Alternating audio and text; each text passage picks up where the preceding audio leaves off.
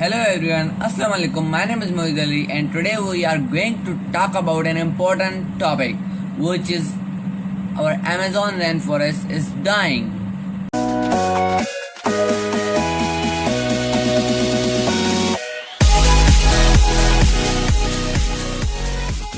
क्या आप लोगों को पता है कि अमेज़न रेन फॉरेस्ट दुनिया का सबसे बड़ा फॉरेस्ट है और ये जो है 20% ऑक्सीजन प्रोड्यूस करता है हमारी पूरी वर्ल्ड के लिए। और अभी 1 और 2 वीक्स में इसको आग लग गई है।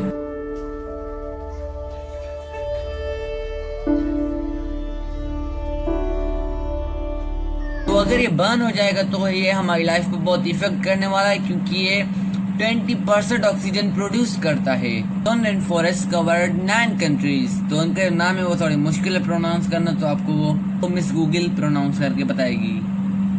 Brazil, Ecuador, Venezuela, Suriname, Peru, Colombia, Bolivia, Guyana, and French Guiana. Amazon rainforest is like the lungs of our body, क्योंकि हम जो है ऑक्सीजन ब्रीथ करते हैं, ऑक्सीजन लेते हैं, और जो ऑक्सीजन प्रोड्यूस होता है वो हमें इसी फॉरेस्ट से मिलता है 20% सिर्फ।